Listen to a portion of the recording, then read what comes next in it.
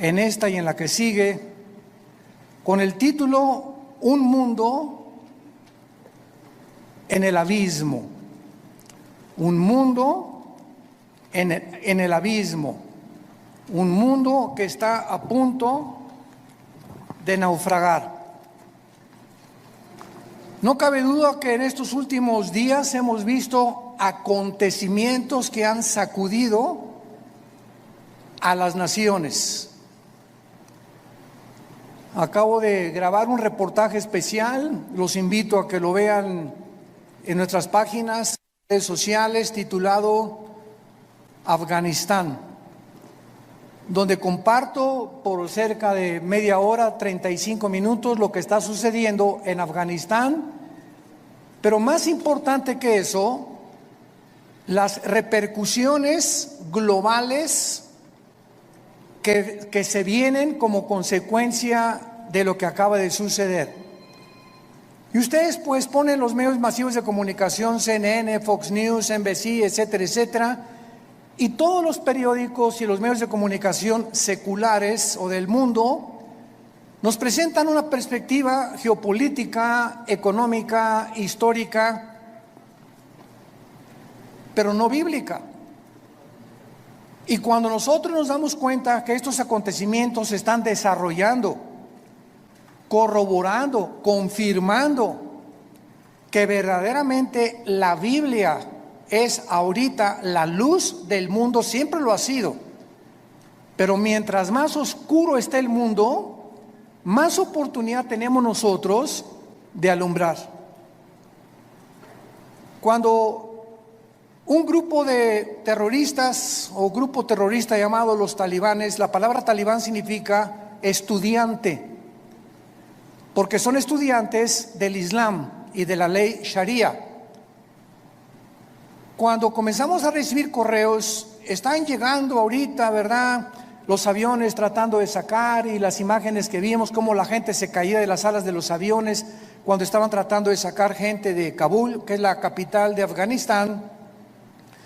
Nos llegaron más de 60, 70 correos, llamadas de teléfono. Yo no pude esa tarde colgar, le decía a mi esposa, una tras otra, de Brasil, de Argentina, de España, de Inglaterra, de hispanos desde luego, preguntándonos, ¿qué piensa usted acerca de lo que está pasando? Todo el mundo estaba alborotado, pero nadie sabía bíblicamente lo que estaba sucediendo. Me puse a orar e inmediatamente comencé a tratar de recopilar la información que yo podía reunir para dar una conferencia al otro día, un reportaje especial para que pudiéramos los cristianos principalmente darnos cuenta que los Estados Unidos de Norteamérica no aparecen en la Biblia, y lo venimos diciendo desde hace muchos años. Los Estados Unidos de Norteamérica, que tuvieron la supremacía política, militar y económica desde 1945 y que por más de 70 años jugaron el papel de policía, porque durante muchos años Estados Unidos estuvieron disque vigilando que no hubiera dictaduras o ayudar a las naciones que eran ocupadas por dictadores, luchar contra el terrorismo, como se inició desde el ataque a las Torres Gemelas. El presidente George Bush lanzó un ataque contra 3 naciones que fueron Irán, Irak y Afganistán, porque Afganistán había sido el nido o la cueva de un grupo llamado Al Qaeda, donde posteriormente capturaron ahí en Islamabad al famoso líder Osama Bin Laden. Y esta guerra contra el terrorismo, ¿verdad?, fue llevada durante los últimos 20 años, y finalmente nos damos cuenta que con la nueva administración actualmente del presidente Joe Biden, los errores tan grandes que han cometido ha hecho que ahora, con la actuación que Estados Unidos tuvo, le llaman ahora un tigre de papel. Estados Unidos ya no es la nación que era Ahora China ya sabe que puede invadir Taiwán. Ahora Irán ya sabe que pueden continuar con las centrifugadoras produciendo el uranio 35 para fabricar la bomba atómica. Ahora Irán ya sabe que lo puede hacer. Ahora Corea del Norte ya sabe que no tiene ningún impedimento para someter a Corea del Sur. Y ahora Turquía también ya sabe, a través del presidente Erdogan, que pueden levantarse para la reconstrucción de Afganistán, y el presidente de Turquía se ha autonombrado el líder mundial del Islam. Lo más interesante de todo lo que está sucediendo ahorita en el mundo, que vamos a desarrollarlo brevemente, es que estas cuatro naciones, China nunca ha dejado de tener relaciones cordiales con los talibanes, nunca. Pero lo más interesante de esto, bíblicamente, porque es lo que nos interesa, y lo que solamente los cristianos lo sabemos, es que son las cuatro naciones que se mencionan en Ezequiel 38 y 39, en la próxima invasión contra Israel. Y ahora Israel, el patito feo, ha quedado por primera vez desde 1948, que volvieron otra vez a revivir nacionalmente la nación de Israel, ya no tiene quien los defienda. Han quedado vulnerables. Y también los Estados Unidos de Norteamérica han quedado vulnerables.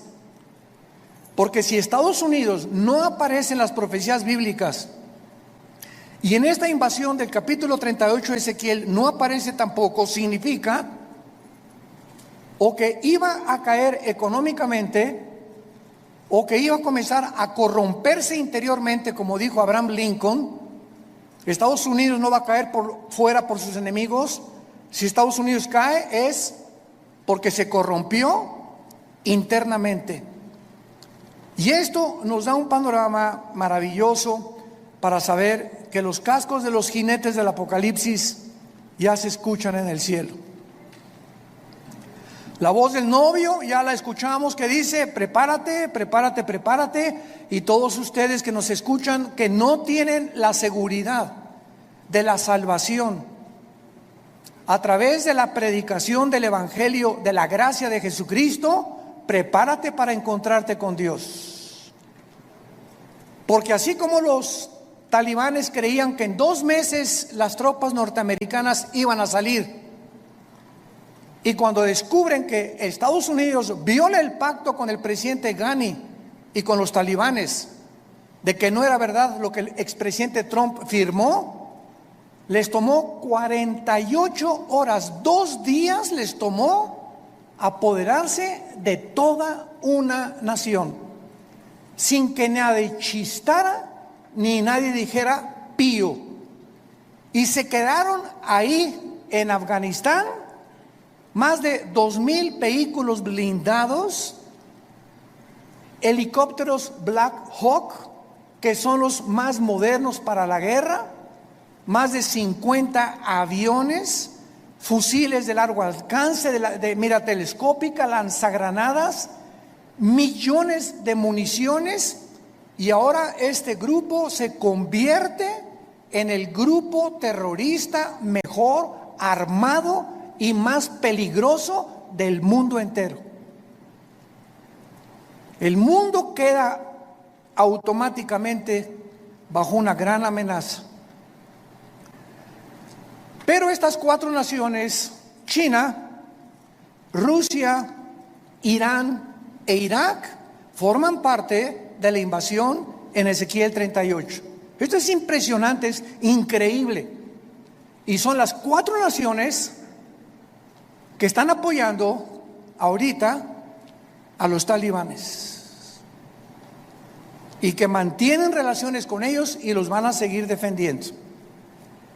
Y por eso todos los que se consideraban que si no actuaban como China, no puede entrar a Taiwán porque la flota norteamericana, ahora ya no, ahora ya pueden atacar a Taiwán.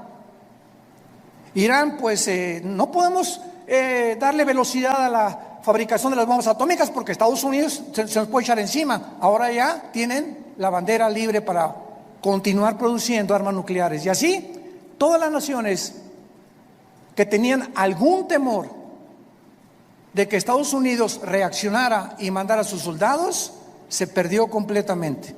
El mundo ha quedado vulnerable. Ahora sus Biblias, en el capítulo 24 del libro de Isaías. Ojalá que todos hayan traído su Biblia.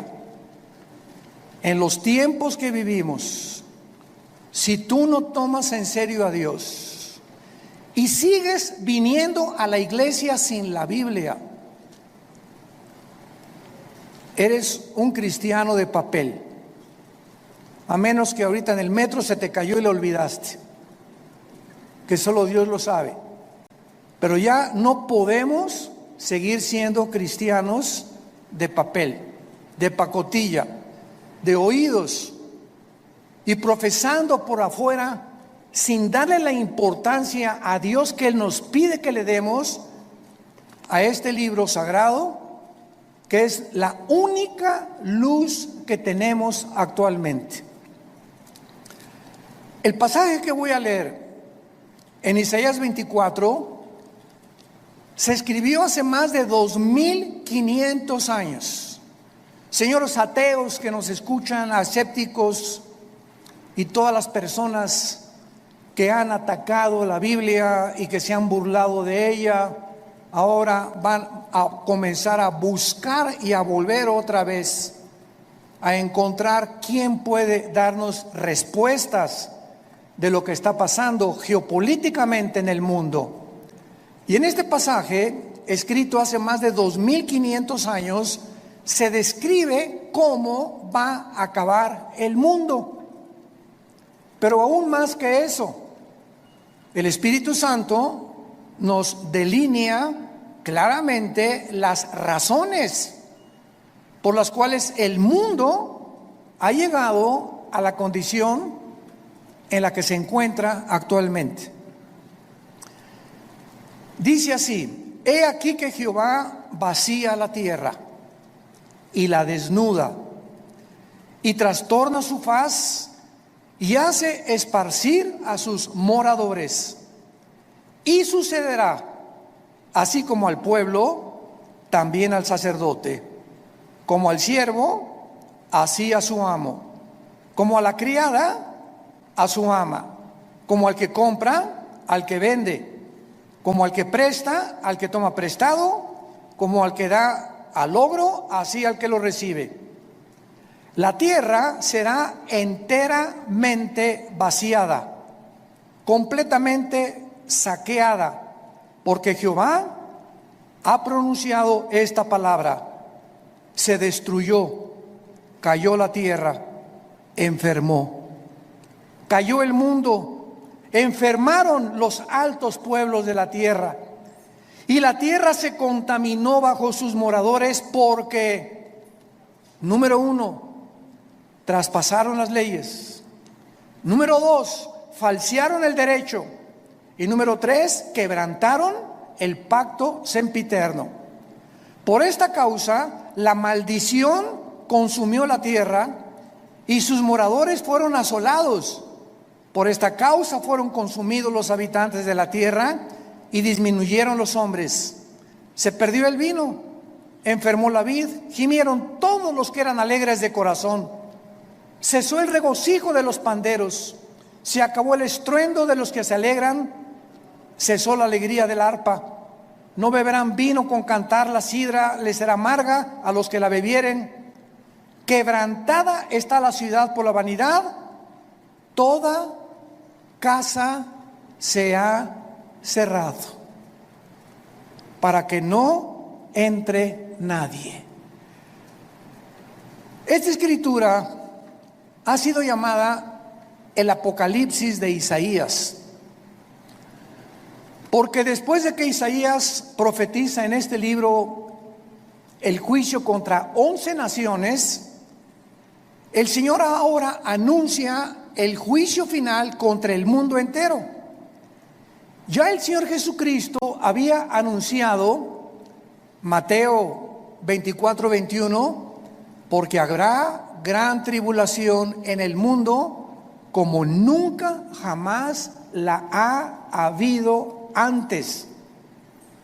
En Lucas 21 escribe estas palabras el evangelista Lucas, versículo 25: habrá señales en el sol, en la luna, en las estrellas, y en la tierra angustia de las gentes, confundidas a causa del bramido del mar y de las olas, desfalleciendo los hombres por el temor y la expectación de las cosas que sobrevendrán en la tierra, porque las potencias de los cielos serán conmovidas. Versículo 34: miren también por ustedes mismos, que vuestros corazones no se carguen de glotonería, embriaguez y de los afanes de la vida, y venga de repente sobre vosotros aquel día, porque como un lazo vendrá sobre todos los que habitan sobre la faz de toda la tierra. Velad pues en todo tiempo, orando que seáis tenidos por dignos de escapar de todas estas cosas que vendrán y de estar en pie delante del Hijo del Hombre. Regresando al pasaje de Isaías, encontramos en los primeros 4 versículos 3 puntos importantes acerca del juicio de Dios. En primer lugar, dice el versículo 1: he aquí que Jehová vacía la tierra y la desnuda, la trastorna y hace esparcir a sus moradores. En primer lugar, encontramos que va a ser Dios y su Hijo Jesucristo, como lo vamos a ver a continuación, los agentes que van a juzgar al mundo. Esto es absolutamente obvio y lógico, ya que Dios es imposible que juzgue a alguien que no merece. Es imposible que Dios mande una maldición sin que los que reciban la maldición se hayan hecho merecedores de lo que recibieron. Porque todo lo que sembramos, todas las decisiones que tú has tomado en tu vida, todas las cosas que has decidido en tu vida, tienen consecuencias, para bien o para mal. Si te casaste equivocadamente, si compraste un vehículo equivocadamente, si hiciste un gasto equivocadamente de dinero, no le eches nunca la culpa a Dios. Somos personas, individuos responsables moralmente de nuestras acciones. Y por esta responsabilidad y esta libertad y libre albedrío que tenemos para hacernos merecedores que lo que sembramos tenemos que recoger, tenemos que formar y normar nuestra vida de aquí en adelante. Dice la Biblia en Hechos capítulo 17, versículo 30 al 31, lo mismo. Veamos cómo los apóstoles anuncian quién va a juzgar al mundo. Pero Dios, Hechos 17, versículo 30, pero Dios, habiendo pasado por alto los tiempos de esta ignorancia, ahora manda a todos los hombres en todo lugar que se arrepientan, por cuanto ha establecido un día en el cual juzgará al mundo con justicia por aquel varón, o sea, Jesucristo, a quien designó, dando a todos fe por haberle levantado de los muertos. Y el apóstol Pablo, en su segunda carta a Timoteo, capítulo 4, versículo 1, le dice a Timoteo: te encarezco delante de Dios y del Señor Jesucristo, que juzgará a los vivos y a los muertos en su manifestación y en su reino. Entonces, lo primero que el Espíritu Santo resalta es que va a ser Dios el Padre y su Hijo Jesucristo los que se van a encargar de juzgarte. Y en ese día, si ahorita tienes excusas de ser como tú eres, en ese día no las tendrás. Y así como estamos viendo con qué rapidez cambió el mundo en 1 año y medio, desde que comenzó esta famosa pandemia, todo ha cambiado. La moral, la conducta, la economía, la política, los medios de salud. En menos de 1 año el mundo ha sido trastornado completamente. En 48 horas un grupo terrorista se enfrenta al ejército más poderoso del mundo y los hace huir. En 48 horas sin disparar una sola bala. Y así está pasando todo en el mundo, nos está agarrando a todos desprevenidos. La semana que entra, ¿qué vamos a escuchar? Mañana, ¿qué vamos a escuchar en las noticias? Y tal vez la próxima noticia para ti es que te quedan 3 días de vida, te queda 1 semana de vida, te queda 1 mes de vida y no lo sabías, ni te lo imaginabas. Dice la Biblia, prepárate para encontrarte con tu Dios. Viene el juicio, viene el día del juicio al mundo. Tenemos que reaccionar y tenemos que arrebatar del fuego a nuestra familia, a nuestros amigos, y ahora más que nunca tener convicciones. Tenemos que ser cristianos de convicciones. Si tú no tienes convicciones de la santidad y de la forma que debes de vivir, el mundo te va a jalar. Porque la presión, como el imán, es más fuerte lo que te jala que lo que te sostiene. Y lo único que nos sostiene es la fe en este libro, es la obediencia a la palabra de Dios. Prepárense para que sean tomados por dignos de escapar todas estas cosas. Regresamos a Isaías y en el versículo 2 encontramos en segundo lugar que será un juicio universal. Sucederá al pueblo como al sacerdote, al siervo como al amo, a la criada como al ama, al que compra, al que vende, o sea, todas las clases sociales, porque Dios no tiene consentidos, ni Dios hace acepción de personas.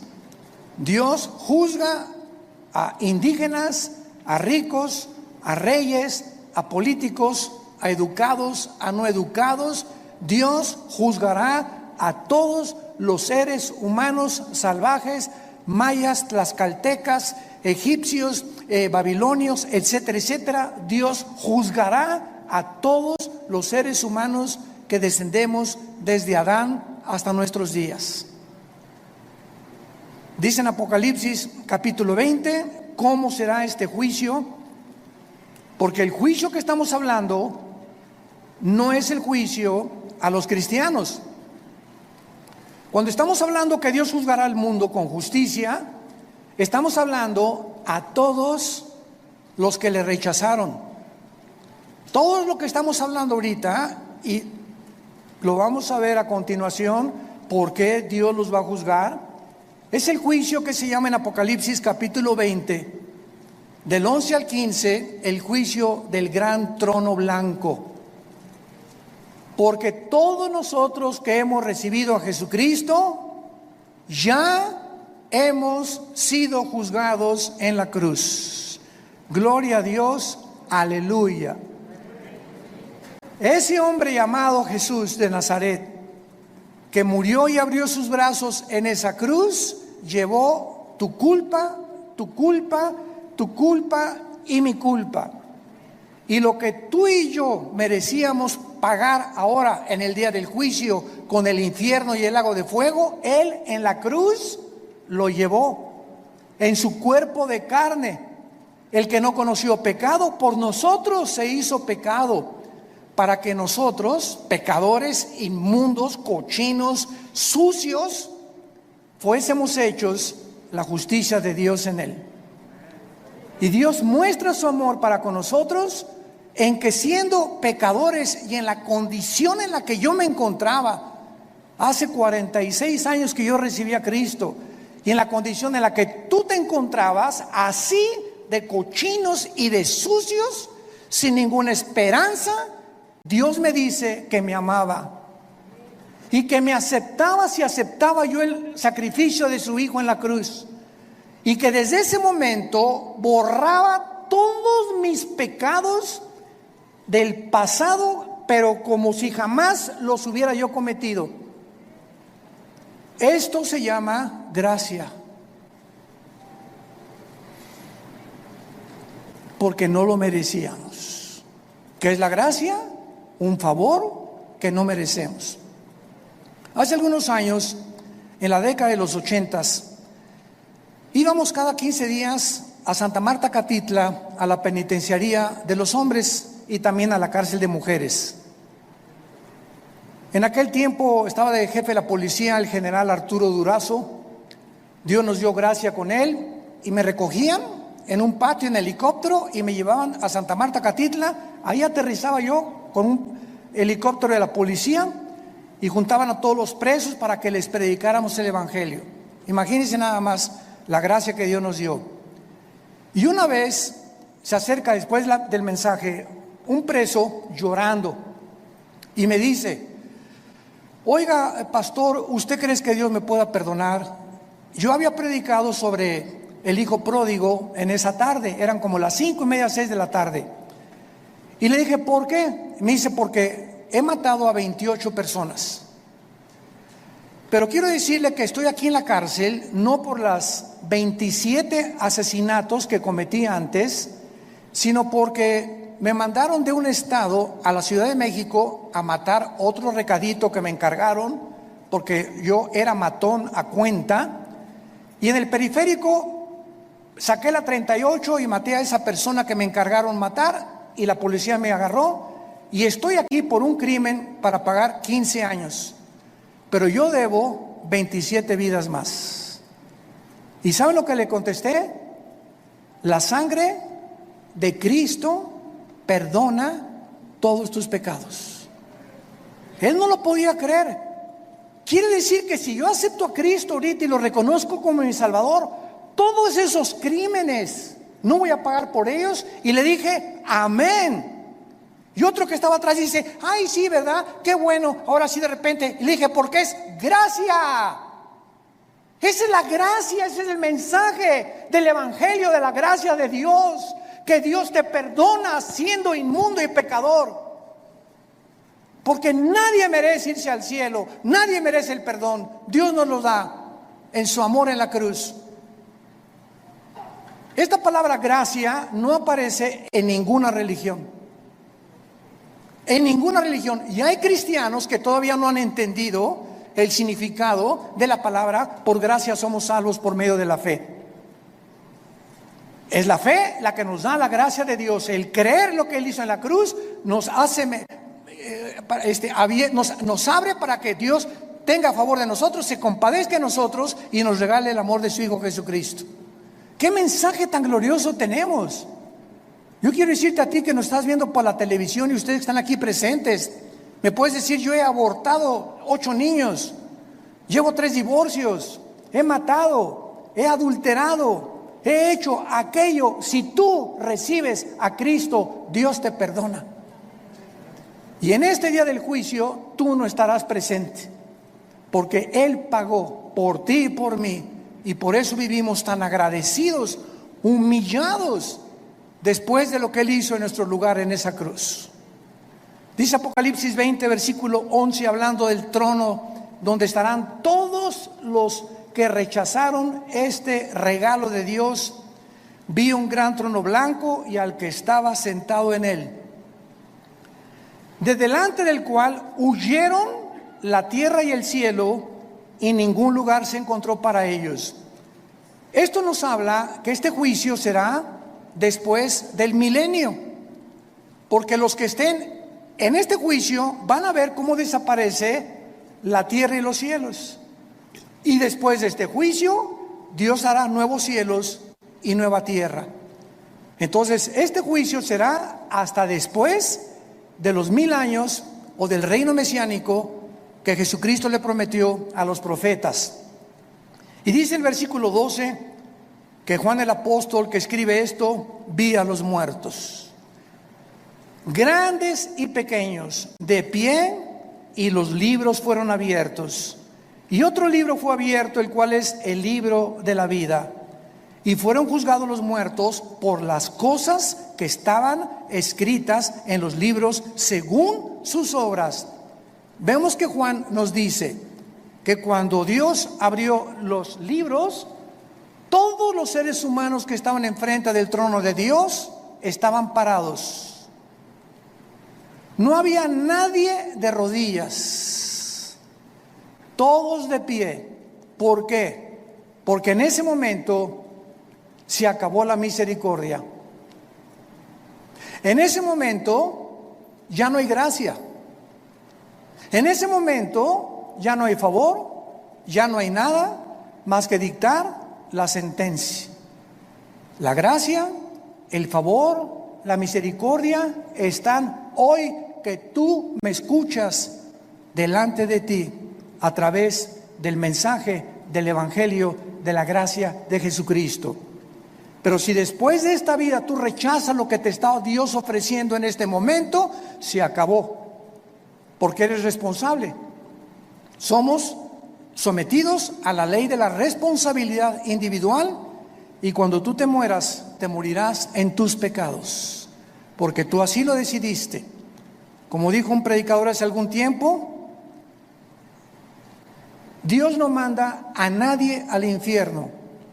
Dios no manda a nadie al infierno, ellos se van solitos. Dios dio a su Hijo en la cruz, y si tú te condenas es porque tú escogiste pasar la eternidad lejos de Dios, porque en esta vida rechazaste a Dios y no lo quisiste, menos te gustará seguir con Él después de muerto. Los libros van a ser abiertos, todos tus pensamientos, todas tus palabras y todas tus acciones serán traídas delante de ti como en una película. Y observamos que Dios te va a juzgar por las obras. Qué irónico, ¿verdad? La salvación es por gracia sin las obras, pero el juicio será por las obras, por lo que tú hiciste. Y ahora, por lo que nosotros hicimos, Dios nos perdona, pero el día del juicio no lo vas a soportar. Y en tercer lugar, regresamos a Isaías 24, dice el versículo 3 y 4, que este juicio devastará completamente el mundo. La tierra será vaciada, versículo 3, Isaías 24, completamente saqueada. Jehová ha pronunciado esta palabra: la tierra se destruyó, enfermó, cayó el mundo, blasfemaron los altos pueblos de la tierra, y la tierra se contaminó bajo sus moradores, porque traspasaron las leyes, falsearon el derecho y quebrantaron el pacto sempiterno. Estas características del versículo 4 ya las podemos ver. ¿En qué planeta estamos tú y yo viviendo? En un planeta donde el aire ya está contaminado. Las frutas, las cosechas, la agricultura, los campos están contaminados. El mar inmensamente contaminado. La comida contaminada. Todo a nuestro alrededor es un mundo contaminado. Y lo más interesante que vamos a descubrir a continuación es que ahorita las naciones, el efecto global y el clima, están luchando las naciones por mejorar el clima, sin que los líderes de las naciones se den cuenta, porque hay un velo en sus mentes que no pueden entender la realidad de lo que nos rodea. Creen que se debe pues a los hidrocarburos y esto y el otro, que tienen algo que ver, pero de acuerdo a la Biblia, la contaminación del planeta está asociada con nuestros pecados.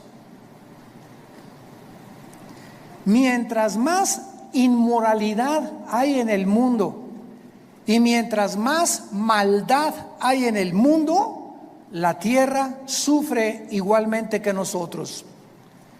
Y esto lo podemos ver claramente para confirmarlo cuando Dios creó el paraíso o el huerto del Edén, donde todo era perfecto. ¿Se acuerdan? Los leones no mordían, las rosas no tenían espinas, los reptiles no tenían veneno, no había tormentas, no había tsunamis, no había terremotos. Adán y Eva vivían en un mundo perfecto. Y cuando Adán y Eva pecan, qué interesante, toda la ecología del mundo cambia inmediatamente. En el momento que la primer pareja peca, se cambia la genética de los animales y se vuelven feroces. Se cambian las condiciones del mundo y comienza a llover. Se cambia la condición de las plantas y comienzan a sacar espinas. Toda la genética y la ecología del mundo cambia cuando el ser humano pecó. ¿Por qué? Porque desde Génesis 2, Dios le dijo a Adán y Eva: pongo debajo de ustedes para que se enseñoreen, para que sean los administradores de toda la creación. Pero si ustedes se apartan de mis leyes, la creación se volverá su enemigo. Y esto la gente que no tiene al Espíritu Santo no lo entiende. Y lo atribuyen a problemas de gases, hidrocarburos, y no hay absolutamente ninguna solución para cambiar ahora un mundo en crisis, un mundo que se encuentra en el abismo. Ahora veamos a continuación las causas del juicio en el versículo 5 que acabamos de leer. ¿Por qué el mundo ha llegado al punto que llegamos? Y hace 2700 años el profeta Isaías lo advirtió. Número 1, la tierra se contaminó bajo sus moradores porque, en primer lugar, falsearon las leyes o falsearon el derecho. Esta palabra es Torah en el hebreo, si te interesa ponerlo, cuando dice falsearon las leyes, falsearon los mandamientos de Dios. Y esto es importante porque la Biblia nos muestra claramente que la contaminación, repito, afecta al ser humano, y la iniquidad y la maldad y la inmoralidad de los habitantes del mundo es tan grande el pecado, que la naturaleza se vuelve contra nosotros. Veamos otros ejemplos de esto en el libro de Job, capítulo 36. Job, capítulo 36, versículo 33. El trueno declara su indignación. ¿Han oído ustedes los truenos y los rayos? Mi esposa, cuando truena, a mí me encanta que truene, porque sé que no me va a pasar nada. Y mi esposa sale corriendo y ay, está lloviendo. Y digo, pues aquí, mira, más cerquita aquí conmigo, y aquí la apapacho. Pero cuando truena, nos ponemos así, ¿verdad? Porque se oye una cosa esplendorosa en el cielo, como una voz gigantesca. ¡Pum! Y dice la Biblia que es una manifestación de la indignación de Dios los truenos, como diciéndonos: ahí les va un botón de muestra de mi poder. Y la tempestad proclama su ira contra la iniquidad. ¿Se dan cuenta? Como todo lo podemos respaldar bíblicamente. Ahora capítulo 37 de Job, versículo 12 y 13. Asimismo, por sus designios se revuelven las nubes en derredor, para hacer sobre la faz del mundo, en la tierra, lo que Él les mande. Unas veces por azote, otras por causa de la tierra, otras por misericordia las hará venir. Nos damos cuenta que las lluvias es una misericordia de Dios, mas no las inundaciones. Entonces, Dios hace llover muchas veces por misericordia de nosotros, Necesitamos tierra fértil que produzca, ganado que tenga que comer, que los ríos suban su caudal y su volumen y su nivel, pero otras veces encontramos que estas mismas aguas Dios las usa como un medio donde nos está diciendo: ustedes van por mal camino. Entonces, qué interesante que la Biblia nos muestre que el planeta se encuentra como se encuentra porque la maldad de los hombres es demasiada. Hemos llegado a un punto de maldad que no nos imaginamos. Dice en Romanos capítulo 1 también que Dios estableció leyes también morales. Dios estableció leyes morales. Cuando creó el mundo, Dios primero hizo las leyes de la gravitación, las leyes del electromagnetismo y las leyes nucleares. Las leyes cósmicas: la Tierra mantiene su movimiento en 24 horas, en 35 días alrededor del Sol.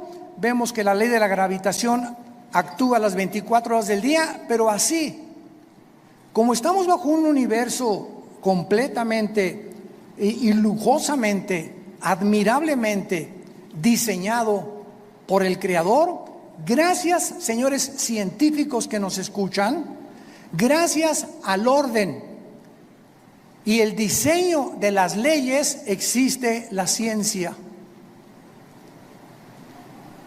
¿Por qué existe la astronomía? Porque los astrónomos pueden ver perfectamente bien y predecir un meteoro o esto y el otro, porque el universo está obrando, trabajando metódicamente como un reloj que se le dio cuerda.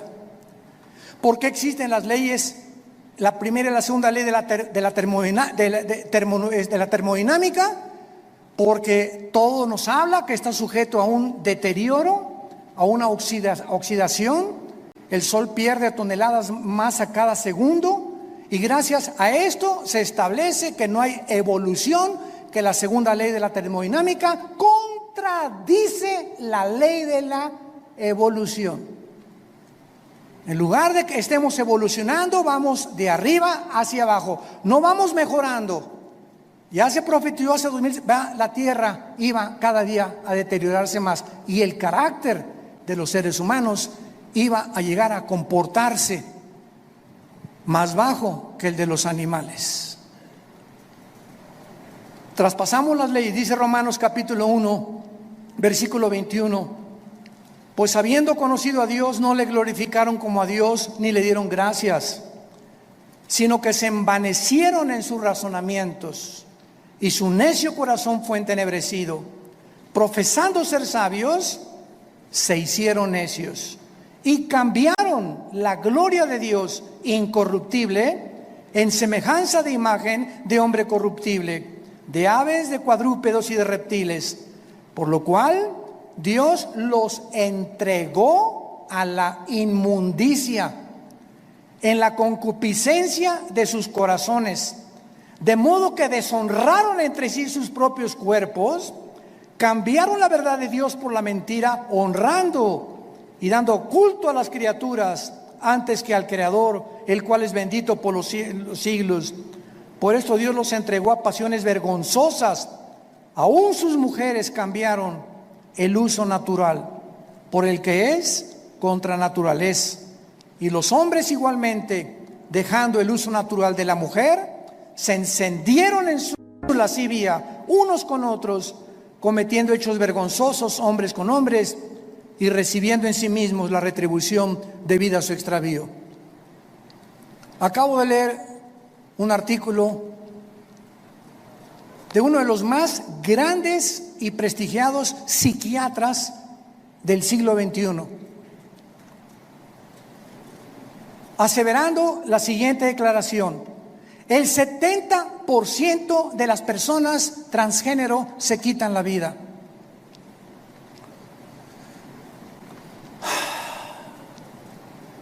El 70% de las personas que intentaron cambiar la naturaleza con la cual nacimos, le dijeron a Dios: te equivocaste, yo no soy hombre, soy mujer, no soy mujer, soy hombre.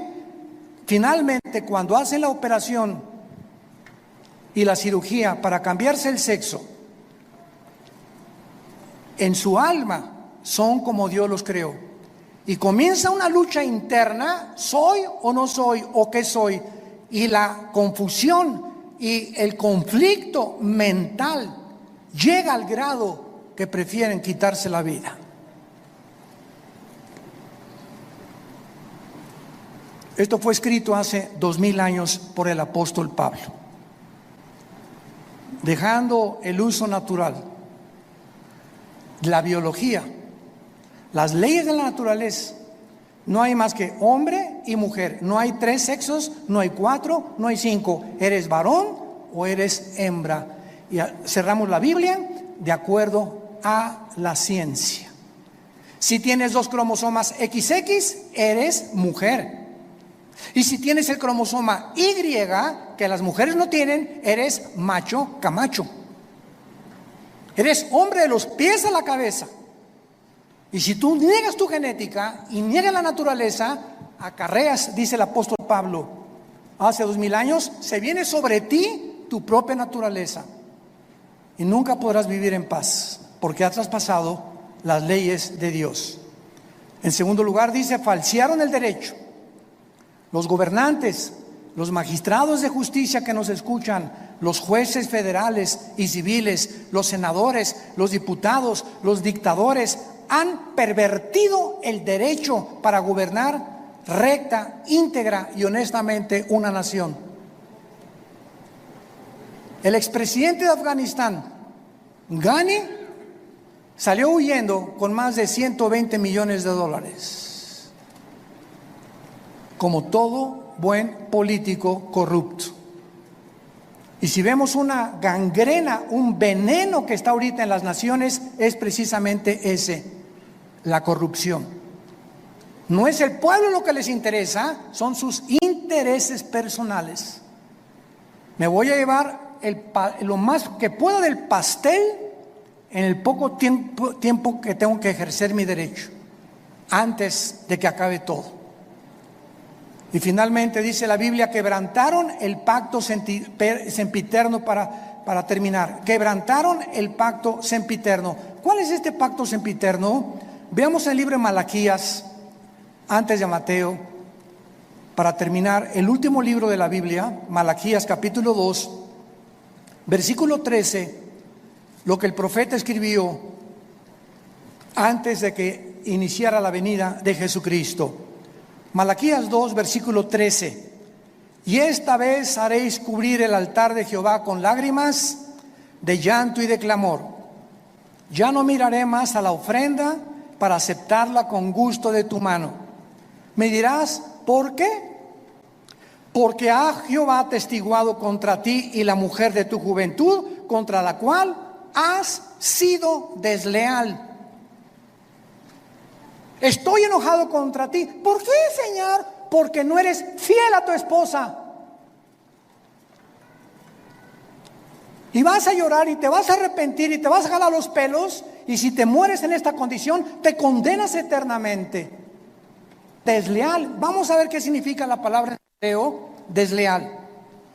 Siendo ella tu compañera y la mujer de tu pacto. ¿Cuál es el pacto que menciona Isaías que acabamos de mencionar? Sempiterno, el primer pacto que Dios estableció antes de cualquier institución humana, de los colegios y de los gobiernos. Se llama el pacto inquebrantable del matrimonio. A los que les interese, la palabra desleal en el hebreo es la palabra bagad, con B de bueno, A de Armando, G de Gárgara, H, A de Armando, D de David. Bagad. Escuchen lo que significa ser desleal. Actuar encubiertamente, hipócritamente, fraudulentamente o secretamente, encubrir, tapar, engañar y decir cosas que no sentimos. Cuando tú te volteas a tu esposa y dices te amo, solo Dios sabe que le estás diciendo que verdaderamente le amas. Y cuando tú le dices a tu esposa te amo y atrás de ti tienes tu amante, estás encubriendo, eres un hipócrita, estás falseando completamente y Dios te está escuchando. Y eso Dios lo tiene que castigar. Dios tiene que juzgar la deslealtad, la hipocresía que podamos tener en el matrimonio. Por eso tenemos estos seminarios cada año con 300, 250 parejas, para que en esos 3 días regresemos a la Biblia, nos arrepintamos, hay una renovación de votos el último día junto a la playa, una cena de gala, y ahí podemos descubrir que, Dios mío, es que yo sentí que ya no la amaba, pero viene el Espíritu Santo y nos da algo sobrenatural que ya habíamos perdido, porque le estamos diciendo a Dios: yo quiero mantener y llegar hasta el fin con mi gordita y con mi gordito, porque de otra manera me estoy engañando. No puedo irme con un amante ni creer que hay una mujer que me satisfaga, que la mujer y la madre que tú me diste para mis hijos. El mundo está enfermo, tenemos que reaccionar, y en esta tarde les pido a todos ustedes que se arrepientan de sus pecados. Si hay alguna área en la que el Espíritu Santo te ha hablado, arrepiéntete hoy, porque por esa puerta no entraste en esta mañana por coincidencia. Dios te ama, Dios te ama, Dios te ama, y Él no quiere que salgas por esta puerta como entraste esta mañana. Tú no sabes si ahorita te atropella un coche, no sabes si te da un ataque al corazón, no sabes si te da una embolia cerebral mañana, o si pasado mañana el doctor te dice: las placas no mienten, don Pancho, usted tiene cáncer y tiene 3 meses para vivir. Dios quiere que tú vengas a la cruz a perdonar tus pecados y a que arregles tus cuentas de una vez por todas con su Hijo Jesucristo. Oremos. Te damos gracias, Señor, por tu palabra, porque de tal manera nos amas que nos has dado a tu Hijo Jesucristo, para que cualquiera, sin acepción de personas, que crea en Él, no se pierda, mas tenga la vida eterna. Mas Dios muestra su amor para con nosotros en que, siendo aún pecadores, Cristo murió por nosotros. Mas Él herido fue por nuestras rebeliones, molido por nuestros pecados. El castigo de nuestra paz fue sobre Él, y por sus llagas hemos sido nosotros curados. Él, que no conoció pecado, por nosotros se hizo pecado, para que nosotros fuésemos hechos la justicia de Dios en Él. ¿Qué tengo que hacer?, me preguntarás en esta mañana, para arreglar mis cuentas para siempre con Dios. La Biblia dice: arrepiéntete. ¿Qué significa arrepentirse? Reconocer que has pecado contra Dios y que no puedes seguir viviendo igual. En segundo lugar, que no tienes el poder para cambiar, porque solo Dios te lo puede dar mediante la fe en su Hijo. En segundo lugar, creer que Cristo en la cruz pagó con su sangre por tus pecados. Y en tercer lugar, que a los 3 días resucitó de los muertos, para traer una esperanza eterna, inmarcesible, que nos está aguardando en el cielo el día que nosotros resucitemos. Dile pues: Señor, te pido perdón por mi vida, lávame con tu sangre preciosa. Te recibo, Jesucristo, en mi corazón como mi Señor y mi Salvador, y te doy las gracias por tan grande amor.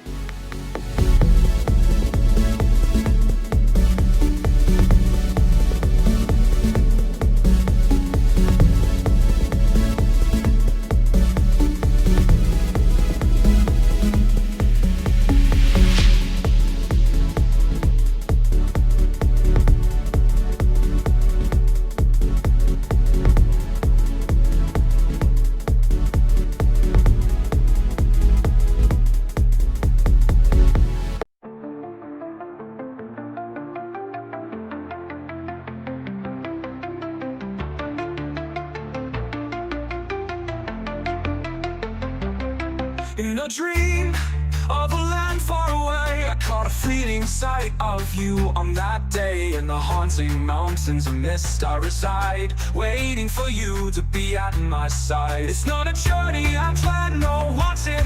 Are you lost in the thick mist? Are you my departed? In the mountains of old I have found a wandering soul. Have you forgotten your path, or are we destined to drift apart? If you can hear me now, I have not forgotten. It's not a journey I planned nor wanted. Are you lost in the thick mist? Are you my departed? In the mountains of old I have found a wandering soul. Have you forgotten your path, or are we destined to drift apart? If you can hear me now, I have not forgotten.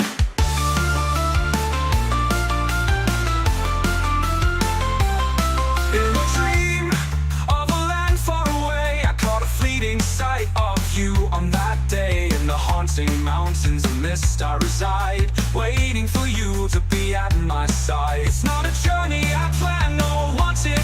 Are you lost in the thick mist? Are you my departed? In the mountains of old I have found a wandering soul. Have you forgotten your path, or are we destined to drift apart? If you can hear me now, I have not forgotten. It's not a journey I planned nor wanted. Are you lost in the thick mist? Are you my departed? In the mountains of old